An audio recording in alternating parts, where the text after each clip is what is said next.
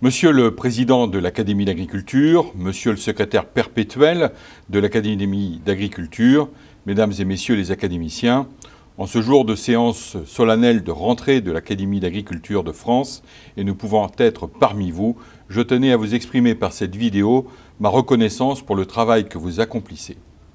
L'Académie est une institution prestigieuse. Sa crédibilité vient de sa longue histoire, avec plus de 250 années au service du bien public, sous la protection directe du roi, puis du président de la République. Ceux qui l'ont faite, Buffon, Lavoisier, Pasteur, Vilmorin et tant d'autres, lui ont donné ses lettres de noblesse.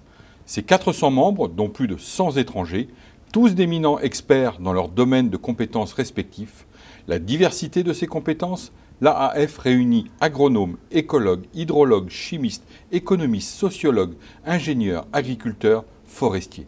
Et ainsi, sa capacité à traiter avec le sérieux voulu les trois grands domaines liés que sont l'agriculture, l'alimentation et l'environnement.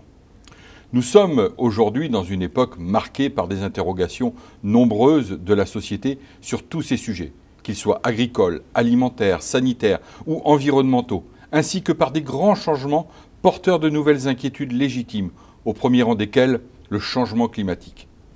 Il en résulte un besoin de pédagogie qui soit fondé sur des bases documentées, c'est-à-dire un besoin d'analyse et de débat qui reposent sur des faits et sur la science et doivent, autant que possible, être partagés. Un besoin de mise à disposition et de diffusion des résultats au plus grand nombre.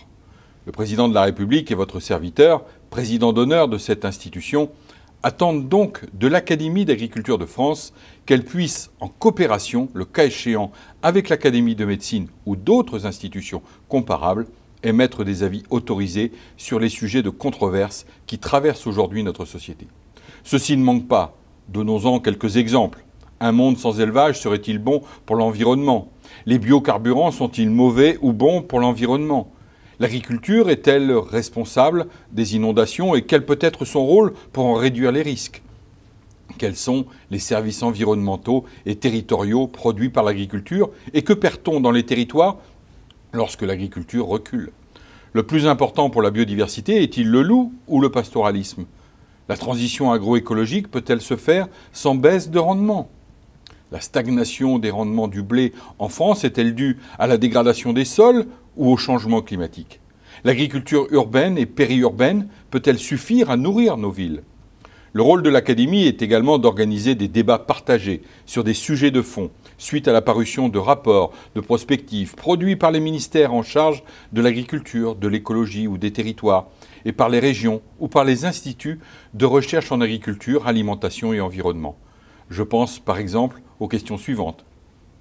L'eau, l'agriculture et le changement climatique, la bioéconomie, comment nourrir 10 milliards de personnes en 2050 tout en préservant les grands équilibres et la stabilité. Enfin, la mission de l'Académie est de produire des fiches synthétiques sur tous les sujets de compétences de l'Académie et qui puissent être valorisés à des fins pédagogiques dans nos systèmes de formation générale comme agricoles, ainsi qu'à des fins de communication au grand public. Le 2 octobre prochain, le projet de loi Egalim, fruit des États généraux de l'alimentation et de longs débats au Parlement, sera définitivement adopté. Quels sont ses objectifs? Permettre aux agriculteurs de retirer un revenu digne de leur activité en répartissant mieux la valeur ajoutée. La loi offre des outils nouveaux. Ce sont les acteurs, producteurs, industriels et transformateurs, dans le cadre de leur interprofession, qui devront s'en emparer dans les futures négociations commerciales. Les producteurs vont devoir se regrouper en OP ou en AOP pour peser davantage. Deuxième objectif de la loi, améliorer les conditions sanitaires, environnementales et sociales de production. Comment? Par un meilleur encadrement de l'utilisation des produits phytosanitaires, par un renforcement de la protection du bien-être animal, par une attention portée à la sécurité au travail des agriculteurs, par une réduction de l'utilisation de plastique dans le domaine alimentaire. Le troisième objectif de la loi est de favoriser une alimentation saine, sûre et durable pour tous. Je veux vous donner 3 mesures. 50% de produits locaux ou sous signe de qualité, dont des produits bio, dans la restauration collective publique à partir du 1er janvier 2022. La lutte contre le gaspillage alimentaire intensifiée avec la possibilité de dons alimentaires étendus à la restauration collective et à l'industrie agroalimentaire. L'étiquetage de l'origine du miel. Je ne veux pas conclure sans évoquer les perspectives européennes et la préparation de la future PAC qui doit, elle aussi, contribuer à accompagner la transformation et à sécuriser le revenu des agriculteurs et sur laquelle la contribution de l'Académie doit être également importante. Le premier enjeu, c'est le budget, car nos ambitions nécessitent des moyens. Et je me félicite d'être parvenu à réunir 21 pays, dont l'Allemagne, autour d'une déclaration conjointe destinée à maintenir les budgets de la PAC à leur hauteur actuelle pour les 27 États membres. La Commission a proposé des textes début juin et les discussions ne font que commencer. Je participe chaque mois au Conseil des ministres européens de l'agriculture. J'y porte au nom de la France un message clair. La future PAC doit être forte, réellement commune, transformante, protectrice et simple. Une PAC forte et commune passe par une ambition commune, un budget maintenu, des outils partagés de régulation, de marché et une limitation des marges de manœuvre laissées aux États membres pour éviter les distorsions de concurrence. Cela passe aussi par la réaffirmation de la valeur européenne de la PAC, première politique européenne et certainement la plus intégrée. Une PAC qui accompagne la transformation passe par la garantie d'un soutien aux revenus des agriculteurs, contrepartie de niveaux d'exigence plus élevés en matière sanitaire ou environnementale. Elle passe aussi par une conditionnalité des aides pour inciter à la montée en gamme et à la consolidation du maillon de la production par la contractualisation et rémunérer les services environnementaux rendus par l'agriculture. Une PAC enfin plus protectrice requiert des dispositifs pour se prémunir contre les risques climatiques ou sanitaires.